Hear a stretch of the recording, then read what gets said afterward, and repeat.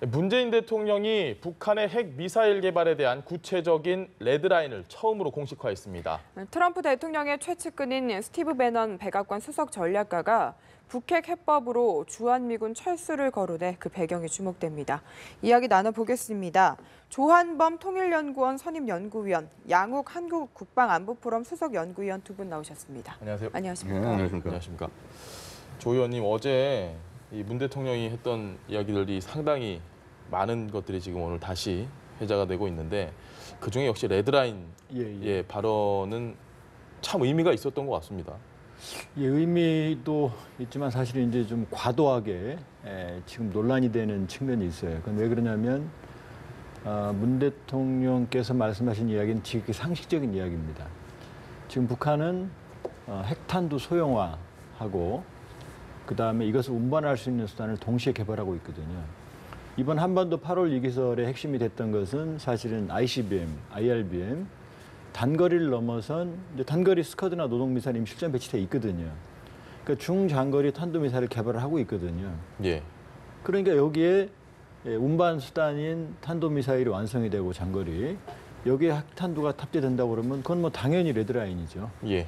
그렇기 때문에 제가 보기에는 그 자구 하나하나 ICBM 플러스 핵탄두 이렇게 해석할 문제가 아니고요.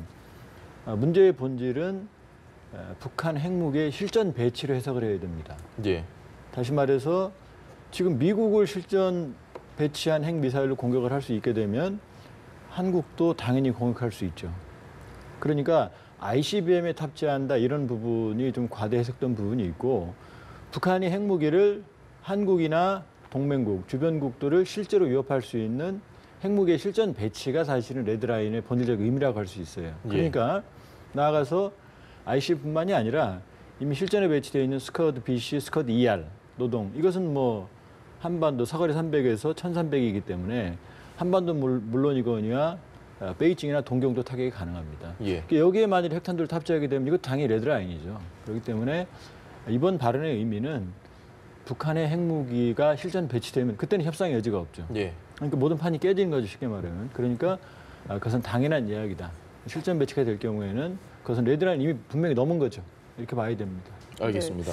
근데 미국에서는 사실 레드라인 이야기를 많이 했지만 구체적으로 밝힌 적은 없거든요. 이게 다 이유가 있지 않겠습니까?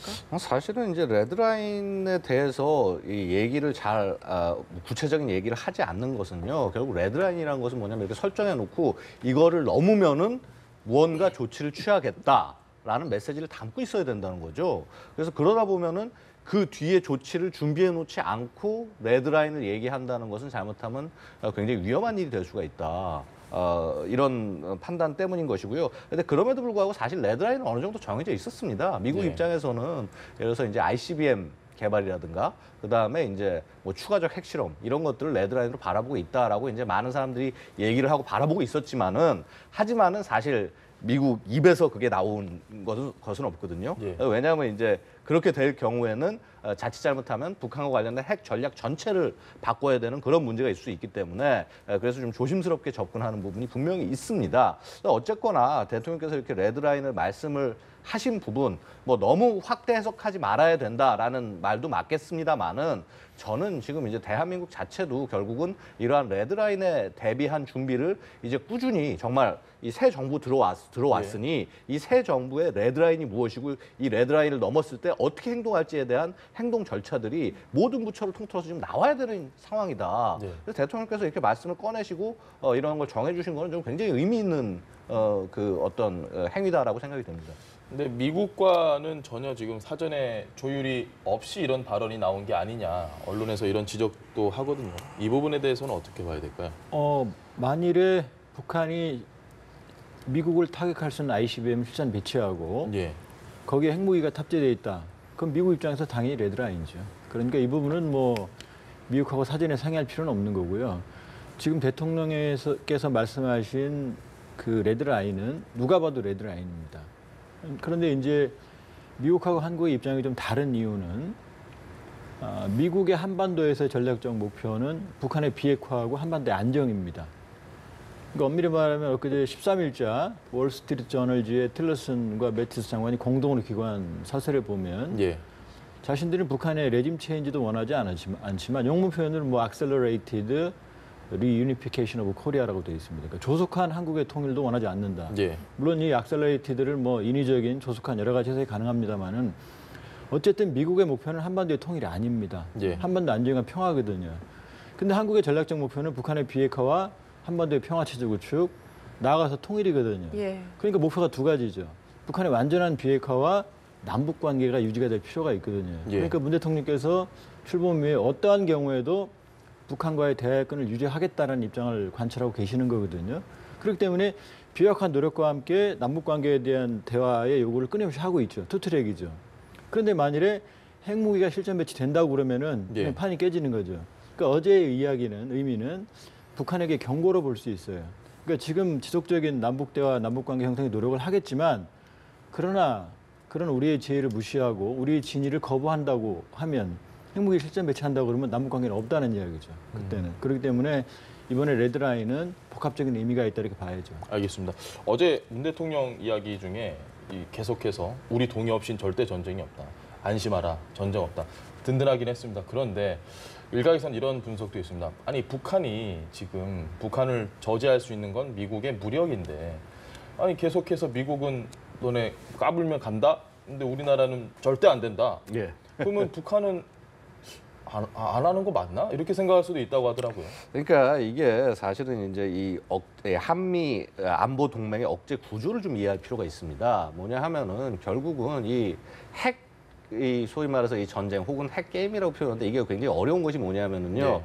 결국 핵이라는 판돈이 없으면은 이 게임에 사실은 그 주체가 될 수 없다라는 것이죠. 북한은 굉장히 작은 판돈이나마 어쨌거나 이렇게 초기 단계의 핵, 사실 완성됐다고 볼 수도 없고 실전 배치 아직 됐다고 볼 수도 없겠습니다만 이것을 들고 나와서 이제 소위 말해서 국제정치판에서 이 카드를 쓰고 있는 겁니다. 일종의 독립변수로 활용을 하고 있는데 지금 대한민국 자체는 어떻게 보면 이 핵게임 하에서는 결국 미국의 확장 억제에 의존을 하고 있는 상황이기 때문에 결국 이것을 독립변수로 보기 어렵다라는 것이 대부분의 시각입니다. 대부분 여기 이 소위 말해서 이 지금 경쟁에 참가하고 있는 참가자들은 다 그렇게 바라보고 있는데 예를 들어서 우리가 정말 그렇게 얘기를 할 수 있으려면 뭐 전쟁이 없다 뭐 혹은 어떻게 한다라는 얘기할 수 있으면 둘 중에 하나입니다.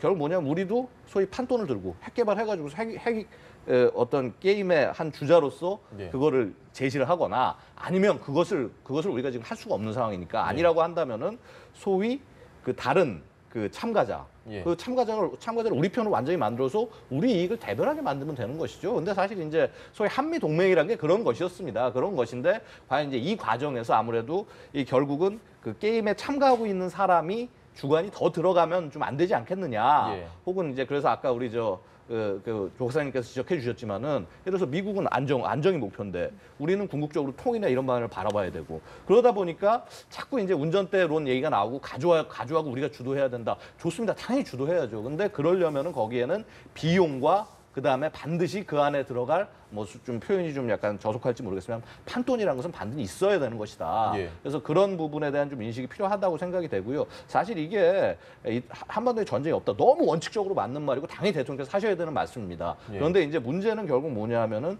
뭐 대통령께서도 그걸 지적을 직접 하셨지만은 이거는 이 핵 문제는 그 남북 간의 문제이기도 하지만은 미국과 북한 간에 서로 직접적인 문제가 되는 겁니다. 지금 특히 괌 타격 얘기를 꺼내면서. 예. 그래서 만에 하나 뭐 괌에 포위 사격이라고 해서 날렸지만은 이게 실제 괌 타격 계획이거든요, 이건. 그러니까 이런 것들을 가지고 미국을 위협한다라고 하면 미국은 이걸 선제 타격으로 인식을 해야 되고요. 그리고 자국의 핵 공격을 받는 상황이 될 때는 분명히 움직일 수밖에 없게 되는 것이거든요. 그래서 이게 그래서 한반도에서 전쟁이 안 된다라는 것을 관철하기 위해서는 예. 더욱더 우리 정부가 할 일이 많다. 특히나 미국의 어떤 이런 부분에 있어서 최소한 우리를 신뢰하게 만들어야 된다. 그리고 이런 관점에서 조금 된 게 아쉬운 게 대통령께서 너무 말씀 잘하셨습니다. 뭐 한반도 전쟁 없다. 이건 예. 좋은데 이 지금 미국에 대해서 이렇게 압박을 가하고 이렇게 뭐라고 그럴까 이 지금 협박을 하고 있는 북한의 잘못된 행동에 대해서 사실 거기서 먼저 그걸 비판을 하시고 그 말씀을 하셨으면은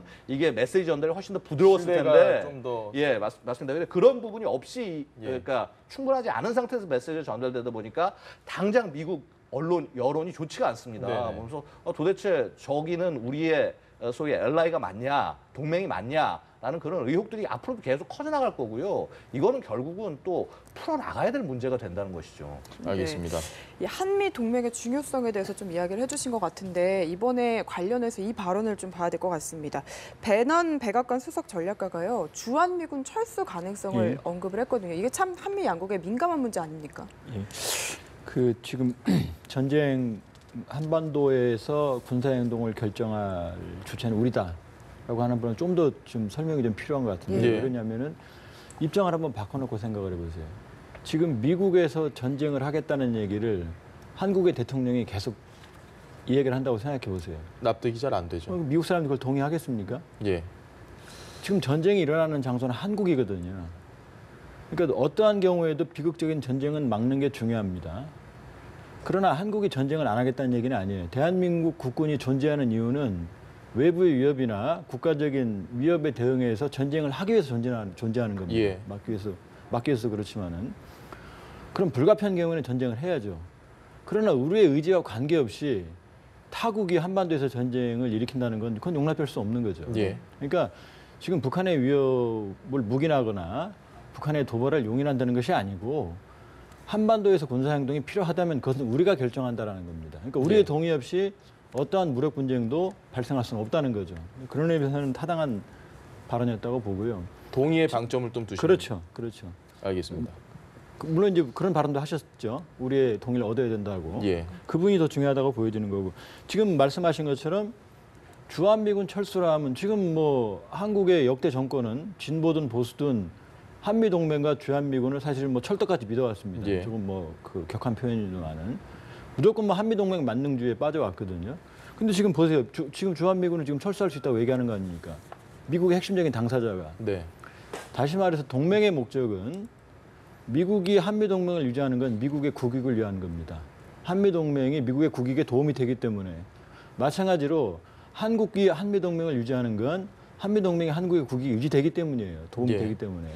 따라서 지금 이런 발언들에 대해 주목을 할 필요가 있는 거죠. 그러니까 미국은 언제든지 자신들의 국익에 따라서 주한미군의 성격이나 특성이나 운영의 범위를 조절할 수 있거든요. 예. 그렇기 때문에 지금 현 상황에서 주한미군이 철수할 가능성은 전혀 없습니다. 미중 패권 경쟁에서 대규모의 지상 병력을 한반도에 전진 배치한 상황은 미국이 아주 전략적으로 유리한 거거든요. 네. 그렇기 때문에 주한미군 철수 가능성은 제가 보기엔 전혀 없다고 보는 네. 거고요. 다만 이러한 발언들이 지속되는 상황의 그 이면에는 사실 미국의 전략적 이익이거든요. 예. 그렇기 때문에 우리도 한국의 전략적인 이익을 고려하는 선에서 한미동맹을 활용하는 거지 사실은 뭐 동맹 일변도에 어떤 안보관을 가지고 있는 건 사실 바람직하지는 않죠. 알겠습니다. 양 의원님 그런데 예. 덤퍼드 미 합참의장은 또 뭐 난 모르는 얘기인데 예. 이렇게 나왔습니다. 자, 그러니까 이게 스티브 배넌의 존재를 좀 이해할 필요가 있다는 겁니다. 이게 무슨 예. 뭐 고위 관계자가 뭐 결정을 했다, 미국의 방향이 이렇다 이런 식으로 단정적으로 얘기하면 안 되는 거고요.